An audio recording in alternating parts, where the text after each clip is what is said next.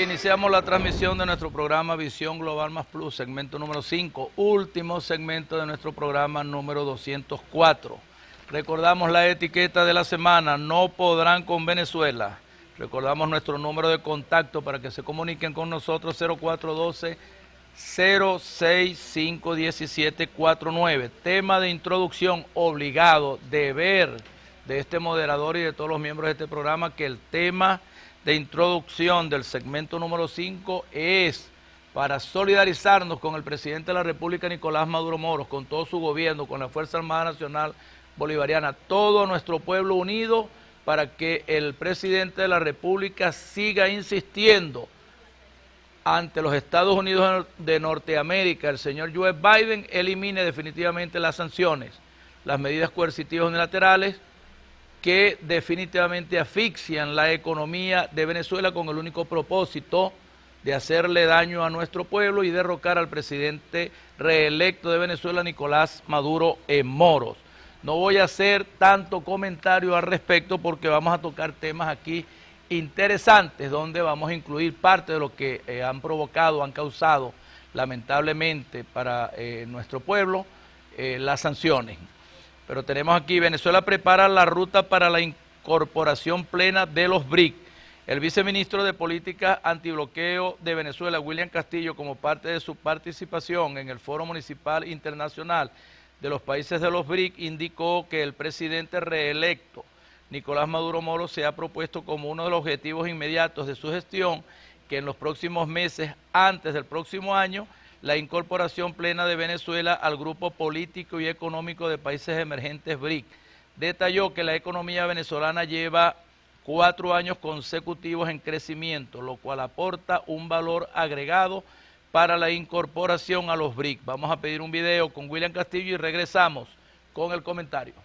Rusia ha estado cooperando con Venezuela en la recuperación de su industria, en proyectos para la desdolarización de la economía venezolana, para buscar mecanismos que permitan, en el marco de los BRICS, precisamente Venezuela, evitar el bloqueo del sistema SWIFT, evitar la persecución en el sistema financiero internacional.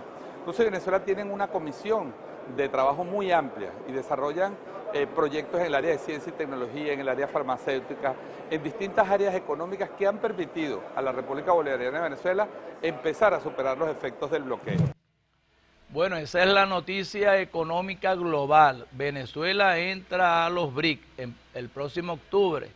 Allá en Rusia habrá una cumbre y por supuesto ya Venezuela lleva las puertas o tiene las puertas abiertas. Y es que las ventajas competitivas es que los BRIC y la ruta de la seda de la China hacia el Caribe, bueno, pone a Venezuela en una mejor posición como potencia económica global en Latinoamérica y el Caribe que cualquier otro país. Con la estabilidad política y con 6 años de reelección del presidente Maduro, bueno, nos convienen los BRIC y a los BRIC también les interesa a Venezuela porque somos la potencia gasífera y somos la potencia petrolera de Venezuela para los BRIC y el resto del mundo, para que haya estabilización económica global en materia económica, en materia monetaria, en balanza de pago entre los diferentes países que conforman la geoeconomía global.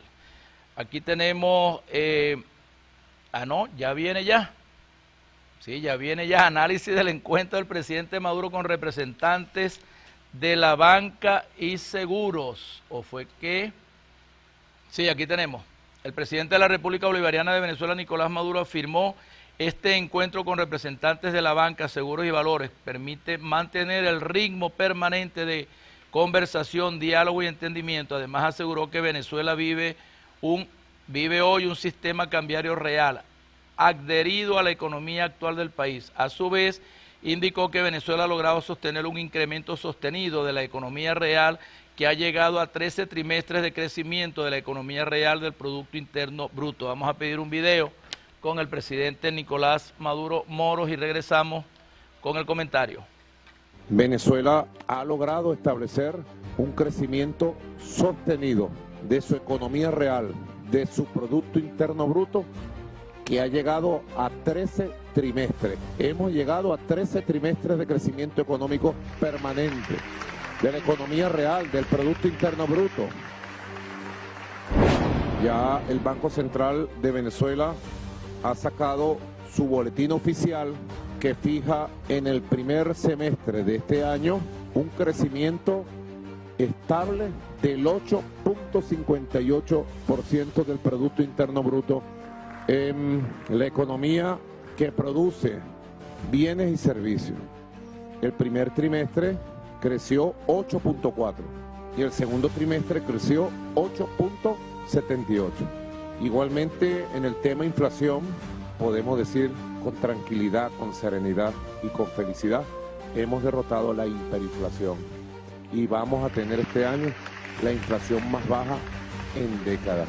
Lo importante de hoy es que sabemos que faltan, sabemos lo que hay que hacer, lo estamos haciendo y nada ni nadie nos va a detener porque este país nos pertenece a todos. Este país no le pertenece a Maduro o a Delcy, este país de todos, esta es la tierra de todos y todos tenemos derecho al crecimiento,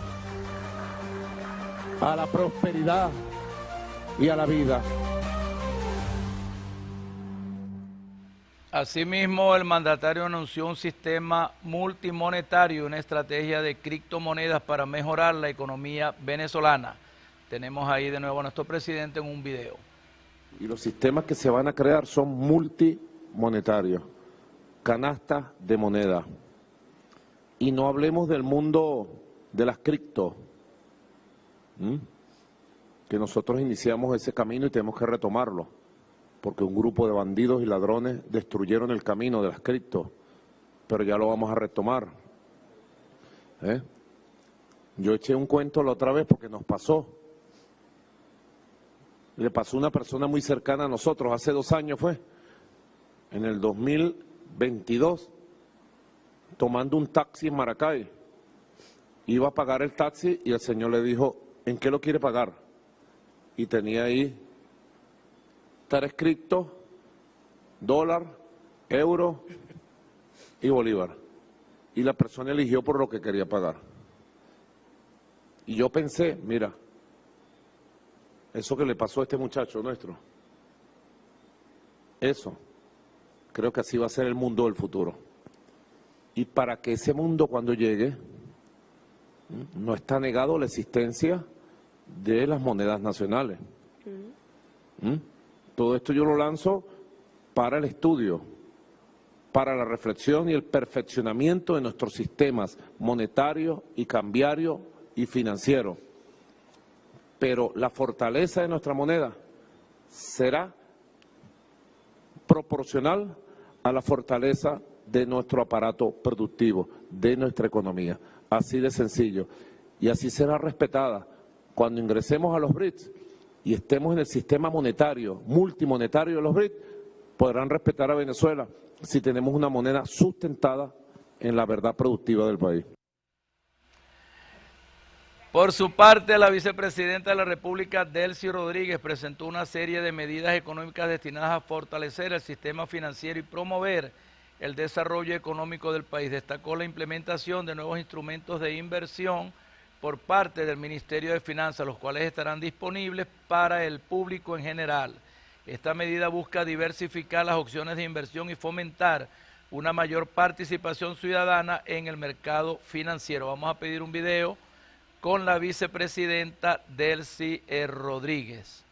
Una de ellas tiene que ver con el sector seguro. Se aprobó no hace muchos meses una reforma a la ley de seguro y hoy se está suscribiendo por parte del Ministerio del Poder Popular para Economía, Finanzas y Comercio Exterior, se está suscribiendo ese reglamento que va a permitir vitalizar el contenido de la ley. Algunas cosas fueron solicitudes de la Asociación Bancaria. Una de ellas es que la comercialización de seguros de bajo costo pueda hacerse a través de canales bancarios. Es buena noticia, donde se habla del sector seguro con la banca y permitirá avanzar, sobre todo para beneficio del pueblo venezolano. Otro tiene que ver con regulaciones que dan incentivo al seguro nacional por sobre el seguro internacional, justamente para permitir expansión de este sector. Y uno de los aspectos más resaltantes tiene que ver también con las reservas de los seguros puedan ser utilizados para invertir en el mercado de valores. Con el mercado de valores, presidente, hemos tenido mucho trabajo porque es un sector donde todavía se puede hacer mucho como mecanismo de financiamiento para que Venezuela tenga un mercado de valores fortalecido y robusto. Luego, una buena noticia es que la semana que viene el Ministerio de Economía y Finanzas y Comercio Exterior va a poder ofrecer instrumentos de inversión, como lo tiene el Banco Central de Venezuela, y va a poder ofrecerlo no solamente a nivel general, sino también a la banca. Esos instrumentos nosotros sabemos que van a ser bien recibidos. Otra noticia tiene que ver con el retiro de los billetes del cono anterior, que entiendo formaba parte de aspectos operativos que tiene la banca. Luego, también la implementación de medios digitales de pago para recibir tributos internos y similares va a permitir que la banca tenga también mayor conectividad e introducción en este sector. Luego hay una buena noticia que nos ha comunicado el Banco Central de Venezuela y que hemos trabajado con la Asociación Bancaria, y es la implementación de un mercado interbancario de divisas, donde entre los bancos, automatizado. Eso le va a permitir a ustedes la conexión entre bancos con este sistema automatizado para participar en mercado cambiario. Muchas veces hay excedentes que tienen unos bancos, se los pueden vender a otros, otras veces hay más bien falta de divisas, así que va a haber comunicación. Creo que va a ser muy bienvenido esta nueva implementación de mercado interbancario. También vamos a actualizar tarifas y comisiones bancarias para facilitar el uso del bolívar en este sistema y mecanismo que ha conversado el presidente sobre las multimonedas, pero definitivamente a nosotros como venezolanos nos interesa fortalecer nuestra soberanía monetaria. Bueno, estas son las declaraciones del presidente de la República y de la vicepresidenta ejecutiva de la República, Delcy Rodríguez, en cuanto a la reunión del presidente Nicolás Maduro Moros con representantes de la banca, los seguros y valores. Yo quería hacer un análisis en cuanto a esta reunión porque parece interesante, es muy interesante. El presidente viene de ganar ahora mismo, hace un poco más de un mes, una elección para la reelección de un nuevo periodo 2025-2031, con el llamado a actos terroristas de la oposición radical, con la situación de algunos países o algunos presidentes de algunos países latinoamericanos y del mundo que no lo reconocen. Bueno, el presidente está ahí trabajando como tiene que trabajar por este periodo que le queda, y esta reunión con el sector financiero, bancas, seguros y valores, necesaria porque el presidente habla del nuevo modelo económico que se está implementando en Venezuela. Recordemos cuando habló de los 10 motores productivos, los círculos virtuosos, el fortalecimiento de la economía nacional y también ver las fortalezas de la economía, las debilidades de la economía nacional, pero también buscar las fortalezas para contrarrestar esa economía, que es una economía que no funciona como una economía normal de cualquier otro país latinoamericano, caribeño o del mundo. Nosotros somos una economía que está bloqueada, sancionada, con implementación de medidas coercitivas unilaterales. Somos una economía de renta petrolera que necesariamente necesita cambios, y esos cambios se están dando precisamente en este momento. Nosotros para el año 2013, 2014 y posterior al decreto de Barack Obama, vimos en las calificadoras de riesgo que manejan las grandes corporaciones de los Estados Unidos de Norteamérica y Europa, por supuesto, bajado a menos casi nada, pues, lo que era la economía venezolana, y por supuesto eso nos impidió financiamientos nuevos del exterior, de las bancas, de los países. No contamos con el Fondo Monetario Internacional, ni con el Banco Interamericano de Desarrollo, ni con el Banco Mundial. Nosotros estábamos contando con las exportaciones tradicionales y las exportaciones de petróleo que podíamos hacer hasta ese momento.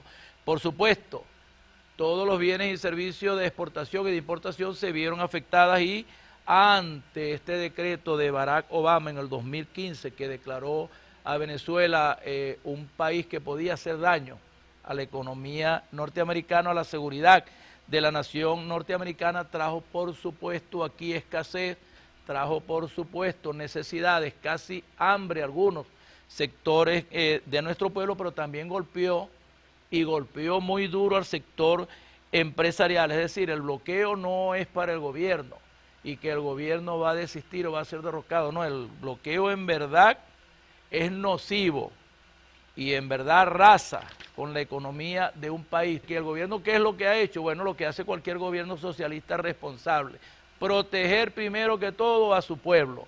Por eso tenemos que la salud en Venezuela sigue siendo gratuita, la alimentación sigue siendo gratuita, los grandes programas sociales del gobierno, los CLAC, estamos atendiendo a 9 millones de familias en Venezuela y ya el 98% de los alimentos son producidos aquí en Venezuela. Eso es una gran verdad.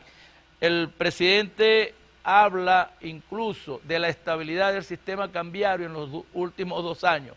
¿Quién va a negar esa realidad? El gobierno se ha inventado un sistema cambiario que ha protegido el valor del bolívar y ha vuelto a instalar el bolívar como la moneda de curso legal en Venezuela contra el dólar o con cualquier otra divisa. Y no hemos tenido que recurrir al control de cambio, ni recordar al fracaso de Cadivi, ni vamos a recordar tampoco el fracaso de Recadi, ni Cadivi ni Recadi, a través de lo que ha implantado el gobierno hoy día, que es la mesa de cambio. Se ha logrado estabilizar el sistema cambiario, el sistema monetario nacional, y se ha impuesto y se ha valorizado, se ha revaluado el bolívar con respecto a las otras monedas.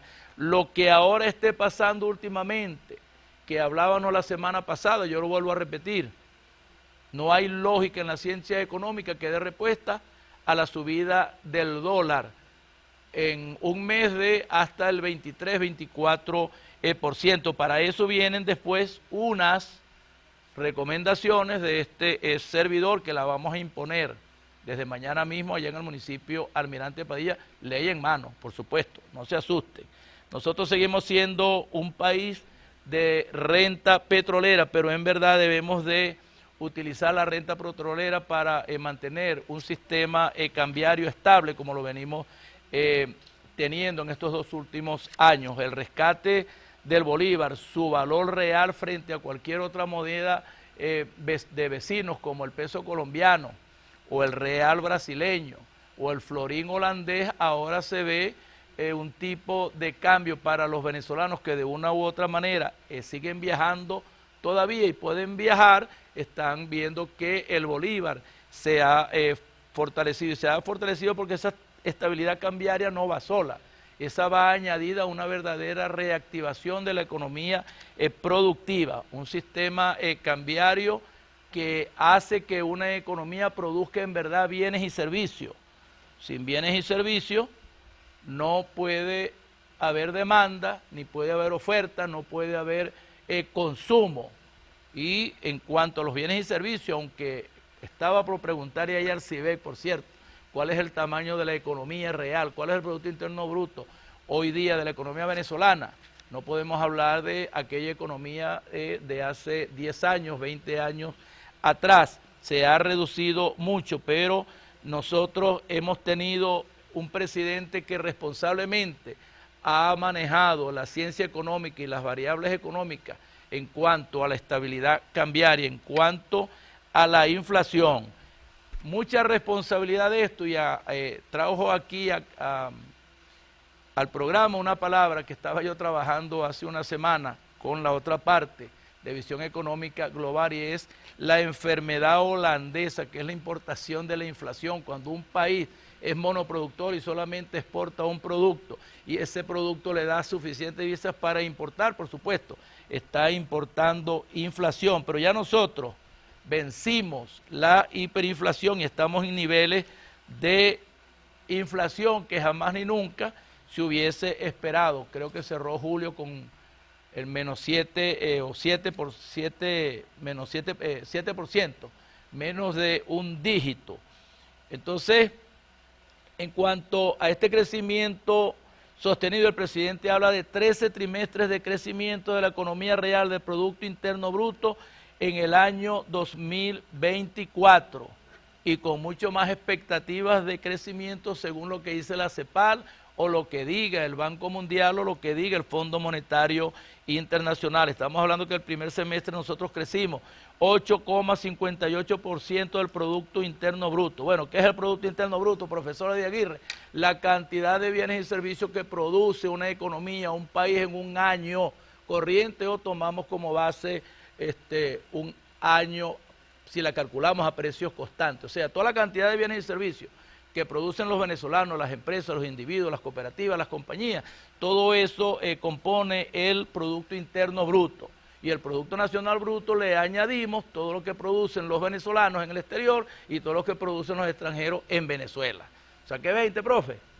Bueno, ahí tenemos ese. Entonces, el tamaño de la economía venezolana hoy día, con la renta petrolera disminuida a menos de 1.000 millones de dólares, nos ha visto a nosotros en la necesidad de hacer de nuestra economía una economía con productividad real. Es decir, no es la economía que va a seguir dependiendo de las importaciones porque tiene divisas económicas baratas por la renta petrolera. No, nosotros tuvimos que producir bienes, servicios nacionales, agricultura, construcción, infraestructura, todo hecho y creado en Venezuela porque no teníamos suficientes divisas. ¿Para qué? Bueno, para poder nosotros seguir soportando esa entrada de bienes y servicios del extranjero porque teníamos dólares baratos por la renta petrolera. La renta petrolera no se va a acabar ni ha acabado y seguirá existiendo para los próximos 50 años mientras nosotros tengamos en verdad una economía diversificada que podamos depender para fortalecer las exportaciones y tener las divisas que necesitamos para nosotros poder seguir desarrollando actividades económicas en el país. El presidente también habló del sistema multimonetario, o sea, una canasta pues gigante con las diferentes monedas, con el yen japonés, con el yuan chino, con el rublo ruso, con la rupia de la India, y ahora si entramos a los BRIC vamos a tener la moneda de los BRIC. Lo más importante de todo esto, en cuanto a la estabilidad cambiaria, es que hay un gran ganador, un gran victorioso, que es el Bolívar. El Bolívar se ha fortalecido. Nosotros no podemos seguir pensando en seguir comprando un dólar paralelo que indique una página que es manejada por intereses foráneos para pulverizar nuestro signo monetario. Nosotros tenemos que obligar, y esa es una tarea del gobierno con sus organismos de inteligencia y contrainteligencia, la Fuerza Armada Nacional Bolivariana, nuestros patriotas cooperantes, todo aquel que vaya a un comercio pequeño, mediano, grande, tiene definitivamente que solicitar su precio en bolívares, no en dólares, y cancelar en bolívares. Y si trae moneda o divisa extranjera, que se cambie al precio que indica o al valor que indica el Banco Central de Venezuela, que en el artículo 318 de la Constitución de la República Bolivariana de Venezuela, que le da esas atribuciones, indica el valor, el precio diario del dólar de lunes a viernes. Esa es la referencia. Si usted va a un sitio a comprarle algo, le cuesta 1.000 bolívares y bueno, y tiene dólares o se lo piden dólares, la referencia es creo que ahorita 36,58 bolívares por dólar.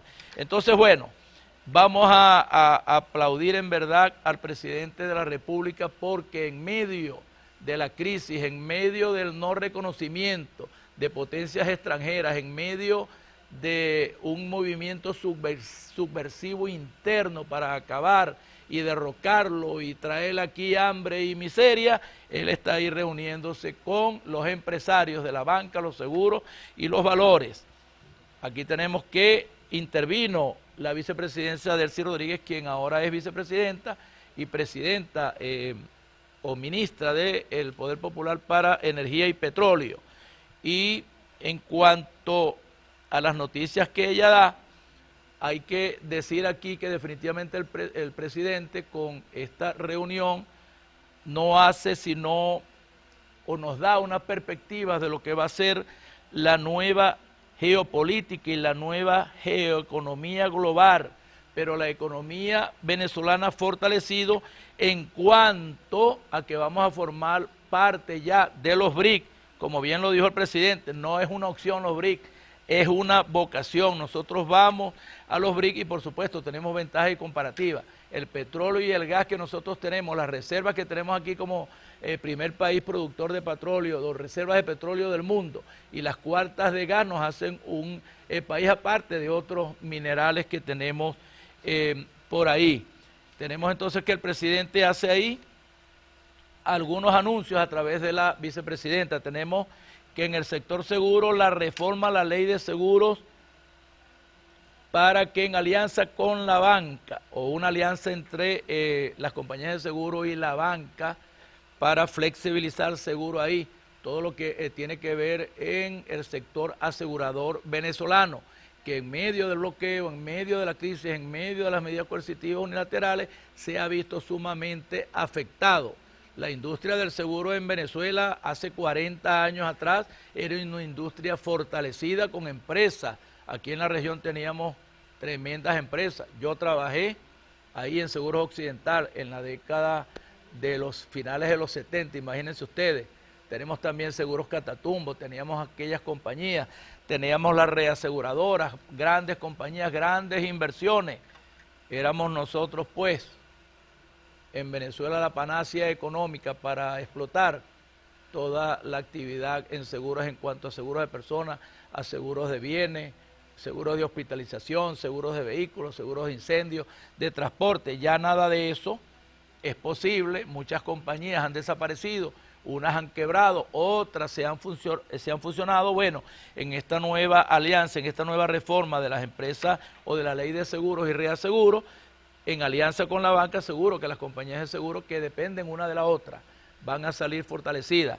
Se le va a dar, por supuesto, o va a haber una cantidad de instrumentos de inversión a través del Ministerio de Economía y Finanzas, o sea, nuevos títulos o valores, no solamente para negociarlos con el Banco Central de Venezuela, sino que los negocie la banca pública con los empresarios. Se van a retirar también lo relativo a los conos anteriores, la digitalización de las operaciones bancarias y el mercado interbancario de divisas. Es decir, prácticamente ya va a seguir existiendo el dinero fiduciario, el billete en físico, pero casi o mayoritariamente las transacciones financieras se van a digitalizar. En este sistema multimonetario que habló el presidente de la República, vuelve a traerle el tema de las criptomonedas, de los criptoactivos. Nosotros teníamos el criptopetro, era que se llamaba, el petro. Bueno, si vienen o hay ventajas o es viable y ahora con los BRIC, volver a las criptomonedas, a ese sistema cripto, bueno, ¿por qué no llevamos al sistema cripto también el bolívar, el criptobolívar? ¿Por qué no? Vamos a llevarlo, son medidas posibles. Bueno, yo creo que ya los puntos que tenía aquí se me han terminado. No se me han terminado. Aquí tenemos también algo muy importante. El presidente habló sobre los emprendimientos. Los emprendimientos son aquellas nuevas ideas, la materialización de los nuevos proyectos para el individuo, la familia, la cooperativa, lo que llamábamos antes la pequeña y la mediana industria, la pequeña y la mediana empresa.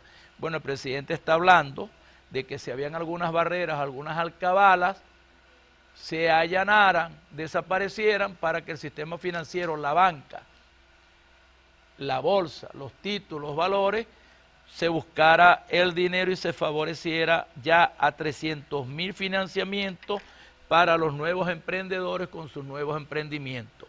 Si este no es un mensaje claro del presidente de la República, sin ser economista, bien asesorado, para sanear la actividad económica de la economía productiva real en Venezuela, si nosotros no escuchamos, si nosotros no vemos, si nosotros no queremos palpar esta realidad, es porque definitivamente estamos ciegos y queremos seguir nosotros siendo dependencia de economías extranjeras, de monedas extranjeras. Estabilidad cambiaria, estabilidad monetaria, cesta de divisa, volver a los criptoactivos, 300.000 emprendimientos, inflación baja, crecimiento alto, y no lo dice solo el presidente. Vienen cosas buenas para Venezuela.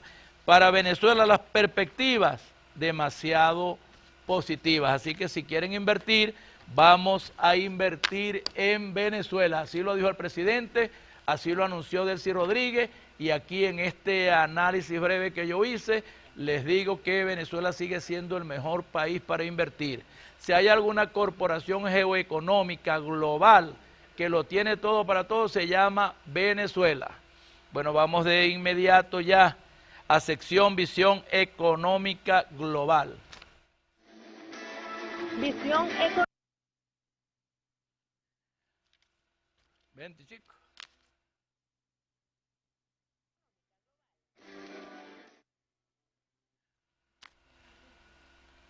Bueno, Visión Económica Global hace un freno ahí, uno se frena también.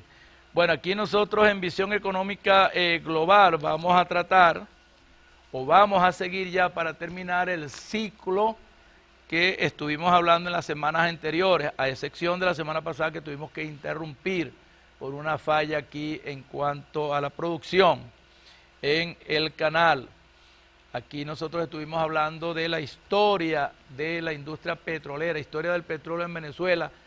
Hicimos la parte 1 desde 1853, cuando allá en Dustinville, Pensilvania, apareció por primera vez petróleo en los Estados Unidos de Norteamérica. Llegamos a 1883, 1889 con la petrólea en Venezuela, el reventón del Sumaque 1 en 1914, los Barrosos en 2022, la ley de hidrocarburos, la ley del fiti-fiti, y llegamos también a la nacionalización de la industria petrolera por el presidente de entonces, Carlos Andrés Pérez, el 1 de enero del año 1976. Bueno, aquí yo me equivoqué, me dan un minutico aquí porque yo traigo aquí algunos apuntes que me sirven de referencia y se me ha perdido aquí la página número 1.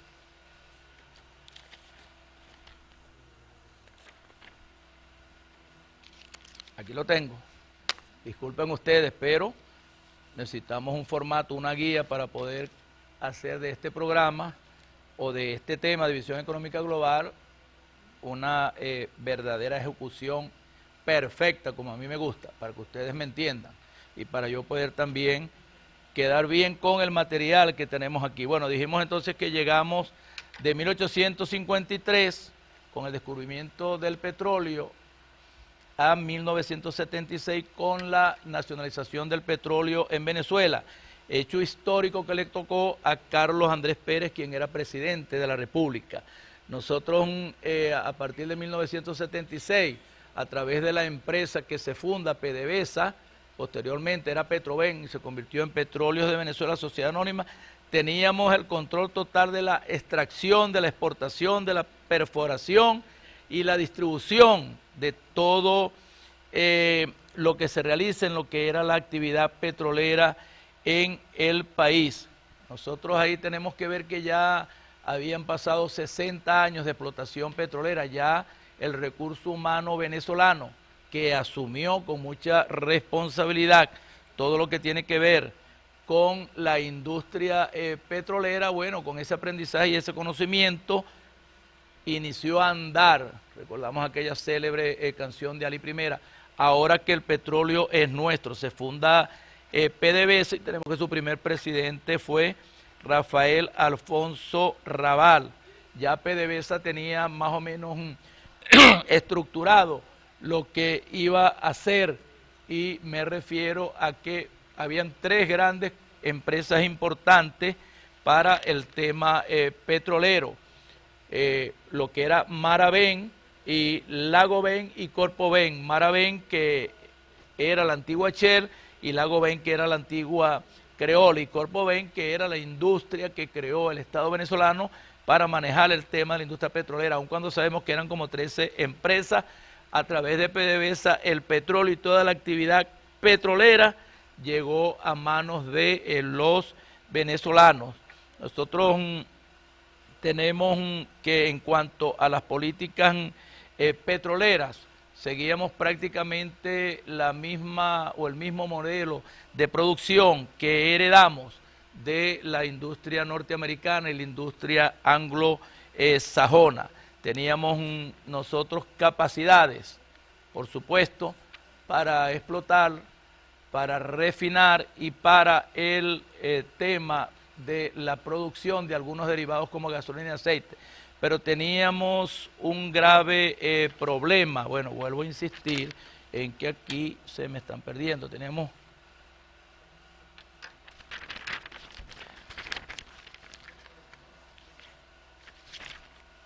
¿qué pasó aquí? Una mano peluda como que se metió por aquí.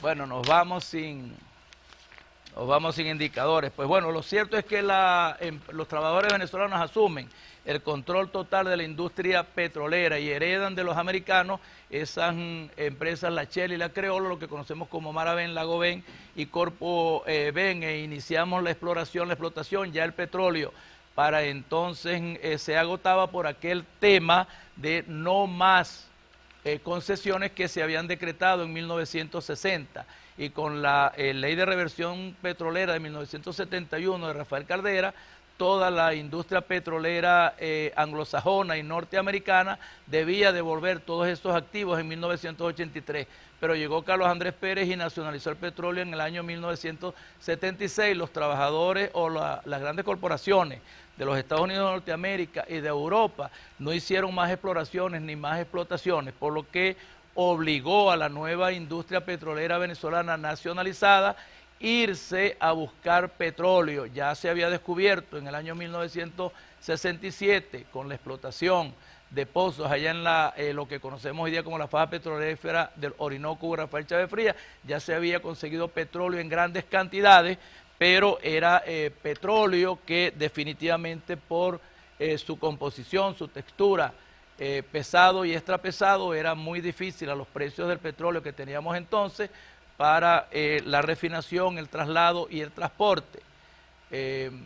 Venezuela vuelve al lago de Maracaibo, a la cuenca del lago de Maracaibo, vuelve a Oriente para poder llegar el déficit que tenía en finales de los años 70 y principios de los años 80. En el año 1979 derroca la revolución del Islam del Ayatollah Khomeini al Shah de Irán, y eso por supuesto dispara los precios del petróleo, y también se inicia la guerra de Irán-Irak, países miembros de la Organización de Países Exportadores de Petróleo, que ya tenía vigencia desde 1960. Para los años 80 Venezuela inicia una década, lo que en economía se llama la década perdida, precios del petróleo bajos.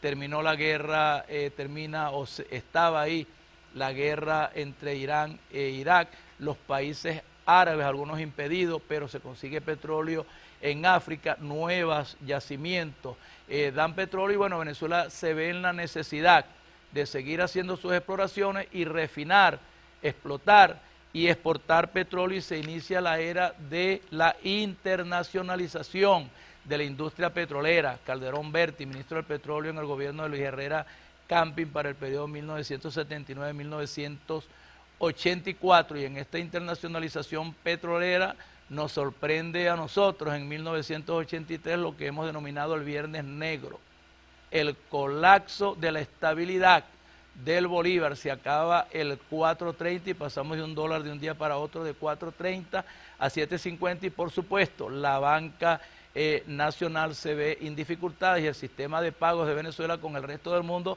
se ve por supuesto en dificultad. Se acaba el tabarato dame dos mayamero de esa época de la década de los 80. Ante esta situación asume el presidente de Acción Democrática, Jaime Lucinchi, en 1984 para el periodo 1984-1989, y bueno, pudiéramos decir que terminó de quebrar el sistema financiero nacional, y las políticas petroleras que se habían iniciado con la nacionalización se retrasan un poco, aunque en el mismo año 1985 Venezuela inicia la compra de refinerías en el exterior. Se da con la Beva Oil allá en Alemania y también en Suecia. Y después van a los Estados Unidos norteamericanos, a los Estados Unidos de Norteamérica, y se compra Cico, que era una empresa que para ese entonces tenía unas 14.500 estaciones de servicio, 7 refinerías bien construidas, y eran refinerías que estaban adaptadas ya para poder exportar el petróleo pesado venezolano de la faja petrolífera del Orinoco. Se compra el 50% de Cico en 1985 y se compra el otro 50% en 1990.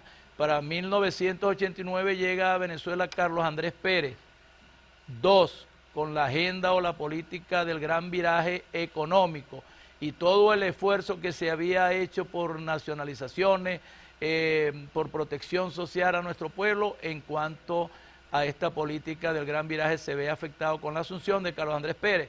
En pocos días de haber asumido el gobierno en 1889, tenemos lo que hemos llamado el Caracazo, el levantamiento popular de los cerros y los barrios de Caracas por el paquete económico que había impuesto Carlos Andrés Pérez, donde había libertad de precios, libertad de tasas de interés, subidas de la gasolina, del gasoil, de las tasas. Bueno, la catástrofe. Después de llegar al poder con un discurso populista como el que llevó en la década de los 70, llega al poder e impone lo que conocemos como la agenda económica neoliberal, más feroz que se haya impuesto en Latinoamérica y el Caribe, en una economía que venía fraccionada, venía fracturada por las malas políticas de los gobiernos anteriores, sobre todo la pérdida que se tuvo en la década de los 80. Carlos Andrés Pérez, por supuesto, no termina su periodo, es avisado por una asonada militar el 4 de febrero de 1992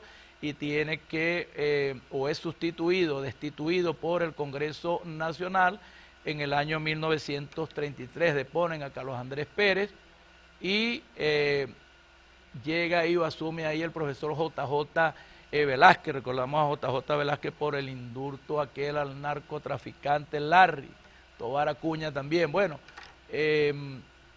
fue poco lo que pasó ahí en cuanto a lo que tiene que ver con 1989, los dos golpes de Estado de 1992, llegamos a 1993, año electoral, tenemos un presidente ahí que sucede a Carlos Andrés Pérez, quien fue acusado por malversación de fondos, y a través de el chiripero llega a la presidencia de la República en diciembre de 1993, Rafael Caldera II. Rafael Caldera llega ahí, en verdad, en lo que tiene que ver con la política petrolera, con 3 políticas que se pueden destacar. Desde el momento de la nacionalización quedó abierto ahí, en la ley de nacionalización, el artículo 5º, que reservaba al Estado venezolano todo lo que tenía que ver con la actividad petrolera, de la exploración hasta la venta. Ya los venezolanos explorábamos, producíamos, explotábamos, refinábamos, exportábamos, comercializábamos el petróleo, estábamos hechos unos expertos, y PDVSA llegó a convertirse en la 5ª empresa petrolera más grande del mundo en sus mejores momentos, desde su nacionalización hasta la misma década de los 80, pero muy debilitada para la década de los 90 por las políticas y el desánimo o el golpe social de las medidas económicas de Carlos Andrés Pérez. Ahí se imponen 3, los convenios operativos, los convenios de ganancias compartidas. Los convenios operativos se refería a rescatar aquellas o aquellos pozos marginales que habían sido ya abandonados por las grandes potencias petroleras del mundo y la misma PDVSA, porque la tecnología que se tenía era no era adecuada y la producción no ameritaba pues seguir la explotación. Pero 30 años después, las nuevas tecnologías, esos pozos que habían sido abandonados se convierten en lo que conocemos como los convenios operativos, que no es sino la explotación con nuevas tecnologías para que tuvieran rendimiento. Después vinieron las ganancias compartidas, se refieren sobre todo a la faja petrolífera del Orinoco, y también el convenio de las inversiones a riesgo, no es así tal cual se llama, pero esto le daba ventaja a las grandes corporaciones extranjeras y al Estado venezolano, que una empresa invirtiera en la exploración y si conseguía petróleo estaba bien, recuperaba su inversión, pero si no conseguía petróleo la perdía. Pero estamos hablando que en casi todos los casos, o en todos los casos se consiguió petróleo, y los contratos de alianzas para el Estado venezolano, la empresa Petróleos de Venezuela, con las grandes corporaciones extranjeras fue leonina, es decir, hubo empresas que hicieron contratos de exploración y explotación por 70% las empresas norteamericanas, anglosajonas, y el otro 30, 40 o 50%. O sea, deprimente para Petróleos de Venezuela y la industria petrolera. Era la necesidad de nuevas inversiones, sobre todo en la faja petrolífera del Orinoco. Entonces teníamos los convenios de ganancia compartida y los convenios de búsqueda de petróleo a riesgo. Fueron las políticas más o menos destacadas del gobierno de Rafael Caldera en esa década de los 90. Ahí vino también el colapso del sistema financiero, quebró la banca, quebró Fogade. Bueno, menos mal que llegó 1998, hubo elecciones y ganó el comandante Hugo Rafael Chávez Frías e inició un proceso de reestructuración total de la industria petrolera. Eso por supuesto le costó paros petroleros, le costó el golpe de Estado, le tocó ser víctima de varios intentos de magnicidio, pero se llevó un proceso de depuración de la industria petrolera. Ya PDVSA no era un Estado dentro del Estado, no, el presidente Pérez convirtió a Petróleos de Venezuela, PDVSA, en una industria del Estado venezolano para los venezolanos. Ya la distinción que había entre los trabajadores, los ejecutivos, los directores de PDVSA, ya no había una asimetría abismal entre otros trabajadores de las industrias básicas o de otras industrias privadas en Venezuela y las mismas industrias o la misma capacidad de trabajo que pudieran tener los mismos venezolanos en la administración pública. O sea, se sentaron a hablar, el presidente de la República invitó a los directores de PDVSA a conversar al respecto de lo que iba a ser la nueva PDVSA, y bueno, hubo un punto ahí, la meritocracia. Bueno, el presidente se comprometió a respetar la meritocracia, lo dejó ahí, y por eso le dieron el paro petrolero y le dieron el golpe. Otras historias vinieron después, con el presidente Hugo Rafael Chávez Frías. Ya la faja bituminosa del Orinoco ya no se llama faja bituminosa del Orinoco. Ahí tenemos que esa empresa, el Intevec creo que se llama, que creó el bitumen, que era la suspensión del petróleo con agua y que hacía fácil su transporte, pero no se reconocía como petróleo, estaba fuera de las cuotas de la OPEC y por supuesto tenía precios por debajo del verdadero precio de un petróleo semipesado pesado y era calculado a veces a precios del carbón.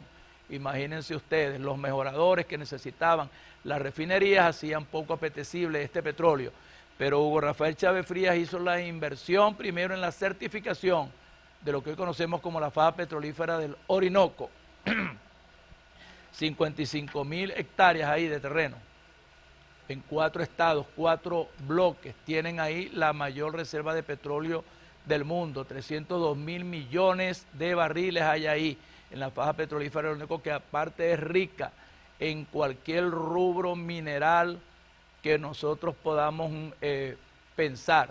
Lo cierto es que hoy día nuestra economía está bloqueada y por ende la que mayor ha sufrido las consecuencias del bloqueo es la industria petrolera nacional, porque nosotros desde 1914 nos declaramos país productor de petróleo y la monoproducción, la monodependencia, la monoexportación nos llevó a no haber diversificado nuestra economía, y aun cuando hubo muchas políticas como las que se dieron en la década de 1950 con la sustitución de importaciones y la alianza para el progreso que trajo el presidente John F. Kennedy para Latinoamérica y el Caribe, a nosotros no nos sirvió para nada, porque definitivamente la Alianza por el Progreso trajo inversión social e inversión para la industria, pero ¿para quiénes?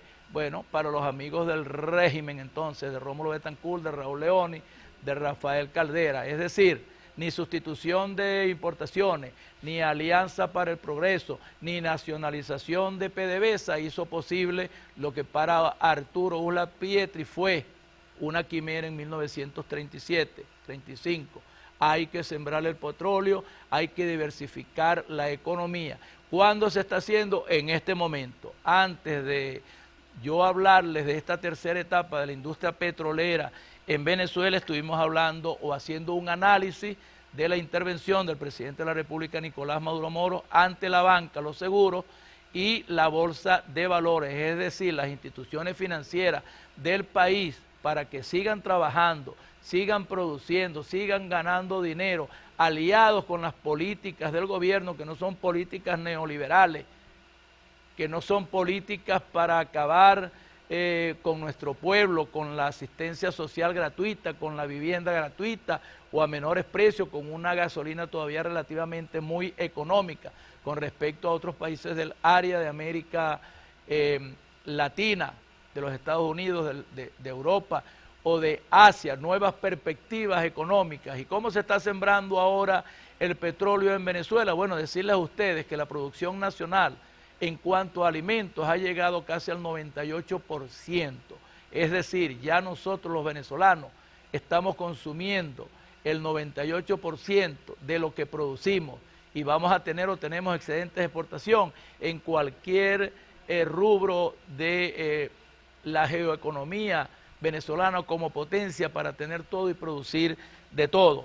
Lo que está haciendo hoy día el presidente Nicolás Maduro Moro es sembrar el petróleo, es producir y crear en Venezuela, es hacer de Venezuela un país que pueda producir el sustento de todos los residentes en Venezuela, de 30 millones de venezolanos. El primer cliente de la producción nacional de cualquier rubro agrícola, pecuario, pesquero, minero, petrolero, gasolina, lubricante, somos los 30 millones de venezolanos que aquí vivimos, que aquí trabajamos y que aquí demandamos producción para seguir viviendo, para trabajar, y aquellos emprendedores y aquellos grandes empresarios acompañados de la política del Estado puedan tener excedentes para exportar y traer aquellas divisas que nosotros necesitamos para industrialización de los laboratorios de las medicinas, de los equipos médicos, y el gobierno también en ese emprendimiento volver también o en la economía real facilitar a esos emprendedores, a esos empresarios, a esas empresas, a esas corporaciones que vienen a invertir del extranjero, porque si no vienen los gringos que no vengan, si no viene la Unión Europea que no vengan, que vengan los miembros o que vengan los países de los BRIC a invertir en Venezuela. Las zonas económicas especiales, eso es otro rubro que va a apalancar la diversificación de la economía venezolana. La nueva renta petrolera de Venezuela se va a convertir en la renta de las zonas económicas especiales. Aprovecho para solicitar al presidente la zona económica especial del Zulia. Bueno, me pasé un poco, me agoté un poco, se me perdieron mis apuntes, redondeamos y terminamos con el tema de la industria petrolera en Venezuela, tercera parte, 1976 a los días de hoy. Venezuela seguirá siendo un país productor, exportador de petróleo y nosotros seguiremos dependiendo de la renta petrolera por muchos años más, pero esa renta petrolera ahora sí va a ser invertida eficientemente en una economía productiva real, donde en verdad haya esfuerzo del hombre, de la maquinaria, haya consumo y haya excedente. Aquí nosotros tenemos, ya lo dije, suficiente consumo, 30 millones de venezolanos y los que están regresando. Así que bueno, el próximo tema de visión económica global no lo tengo todavía. Vamos a ver con qué salimos el próximo lunes. Espero que este ciclo de la historia del petróleo en Venezuela 1, 2 y 3 les haya gustado para seguir con otros temas. La OPEC, la Agencia Internacional de Energía, la Organización de Países Consumidores de Petróleo, vamos a trabajar con eso, seguro que sí, para terminar de redondear y que nosotros los venezolanos sepamos por qué, siendo un país bloqueado, sancionado con medidas coercitivas unilaterales, seguimos siendo una potencia geoeconómica global. ¿Rumbo a qué? En octubre. ¿A dónde? A los BRIC. Y después a encontrarnos con la ruta de la seda a través de las zonas económicas especiales. Bueno, vamos a saludar aquí ya a esta gente para despedirnos. Joel Sánchez, saludos desde Isla de Toba, gracias. Andrea Valeria, saludos, viva el poder comunal. Zulbarán Wilmes, saludos, alcalde bolivariano. Ángel Mayor, saludos. Argentina será libre de Milei, gracias. O así será. Giuliani Jun, venceremos. José Gregorio González, saludos. Líder alcalde, orgulloso jefe, su parte de la mejor gestión de gobierno, un municipio próspero, claro que sí. Maricruz, saludos alcalde. Alexa Horta, saludos en sintonía. Presidente Maduro, alcalde, en cuenta a partir del 1 de octubre el inicio de la Navidad. Sí, señor, iniciamos la Navidad el 1 de octubre. Eso creo que anunció el presidente. Nelson Antunes, todos con Maduro por el vivir bien de Venezuela. Rodrigo Vargas, saludos en sintonía, gracias hijo, Dios te bendiga. Freddy Gómez, saludos en victoria con Maduro. Ninosca González, vamos a Navidad, qué rico. Bueno, Tamborino Pino, saludos alcalde. Evelina Nava, saludos desde Plaza Bolívar de Isla de Toa. Elinson Padrón, saludos alcalde. Ismael Franklin, saludos. Joan Santana, saludos. Bueno, gracias en verdad y gracias al canal 11 del Zulia, Visión, a Versión Final y también por supuesto a Radio Nacional de Venezuela. Me tomé unos minutos de más, pero era necesario redondear. Ustedes me disculpan, me despido y nos vemos el próximo lunes en Visión Global Más Plus, programa número 205. Buenas noches. ¿Qué piensas cuando te digo que algo es hecho en China? Seguramente cuando escuchas que algo es hecho en China, piensas inmediatamente en un producto de bajo valor o baja calidad. Bueno, pues hoy por hoy, China ha emprendido una de las misiones más importantes de su historia: cambiar esta percepción y convertirse en un sinónimo de alta tecnología y calidad. El cómo lo están haciendo te volará la cabeza, pero antes tenemos que recordar un poco de historia. En la década de los 80, China era un país pobre y con una población gigante. Entonces, aprovechando que por estas fechas decidieron abrir su economía bajo las reformas de Deng Xiaoping, se apalancaron de su mano de obra barata para convertirse en la fábrica del mundo. Con esto rápidamente ganaron su reputación de producir bienes a gran escala y a bajo costo. Esta producción masiva de productos baratos se convirtió en el pilar de la economía china. Sin embargo, con esta producción masiva vino la percepción global de que los productos fabricados en China eran de mala calidad y rápidamente la marca hecho en China llegó a asociarse con productos baratos y de poca durabilidad. Con el pasar de los años, la mano de obra barata se convirtió en mano de obra especializada y ahora las fábricas chinas no solo eran capaces de hacer productos de bajo valor de forma masiva, sino que ahora también podían construir tecnología compleja como iPhones o hasta autos eléctricos. El objetivo no es que China produzca más, sino que mejor y con mayor valor añadido. Específicamente hay dos cosas que están haciendo para lograr esto. Primero, le andan metiendo mucha inversión a la investigación y a crear nuevas patentes. Tan solo el año pasado, China registró casi la mitad de todas las patentes mundiales. Ejemplo de esto son empresas como Huawei, Xiaomi y Lenovo, que hoy por hoy ofrecen productos de alta calidad y tecnología que compite con las mejores marcas globales de empresas. Ejemplo de esto son las zonas económicas especiales de Shenzhen, la misma Shanghai y Guangzhou, y han dado a luz a empresas del calibre de BYD, una de las armadoras de vehículos eléctricos más grande del mundo, y DJI, un jugador clave en la industria de drones. Aún con todo esto, saben que para cambiar la percepción de los productos hechos en China conlleva algo de tiempo, pero están seguros que apostándole a desarrollar las industrias correctas, con el pasar de los años, el hecho en China se podrá posicionar como una marca de calidad y alta tecnología. ¿Y tú qué piensas cuando escuchas que algo está hecho en China? Tenlo en los comentarios. Over and out. Visión Global Más Plus fue presentado